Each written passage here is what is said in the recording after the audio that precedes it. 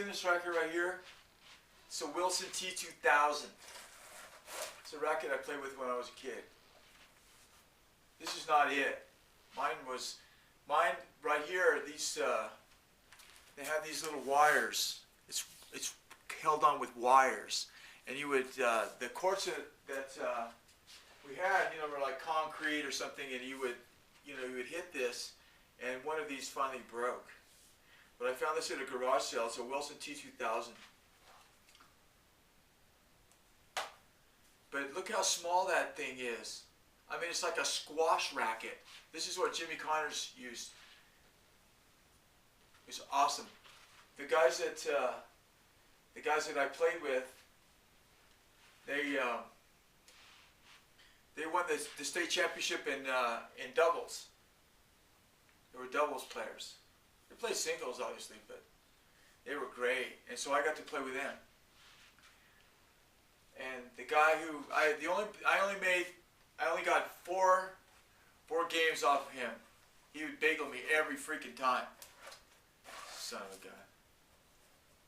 Every time. But the last time I played him, 6-4.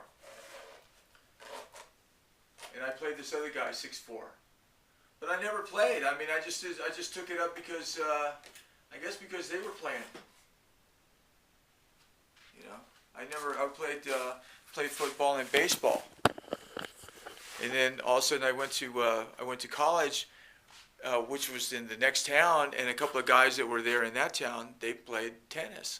And that was my buddy that he was the head of AP, and he's the head of the largest newspaper in New Mexico. And he was the guy that was the tennis player. He's a cool guy, very cool guy. He used to be the head of AP in Nebraska or some freaking place. He came here. He was a really interesting fellow because he was big. He wasn't. You looked at him, you couldn't imagine him being an athlete, but he was a really good basketball player. But he's a really, really good tennis player. It's interesting because he's really good. He used a Jack Kramer. This is not a Jack Kramer. This is a Dunlop, I think. A Bancroft. That's sort of like a Jack Kramer. That's basically a Jack Kramer, except Jack Kramer I think was made by Wilson. And that's what he used. He used a wooden racket. And I used a metal racket. Wow.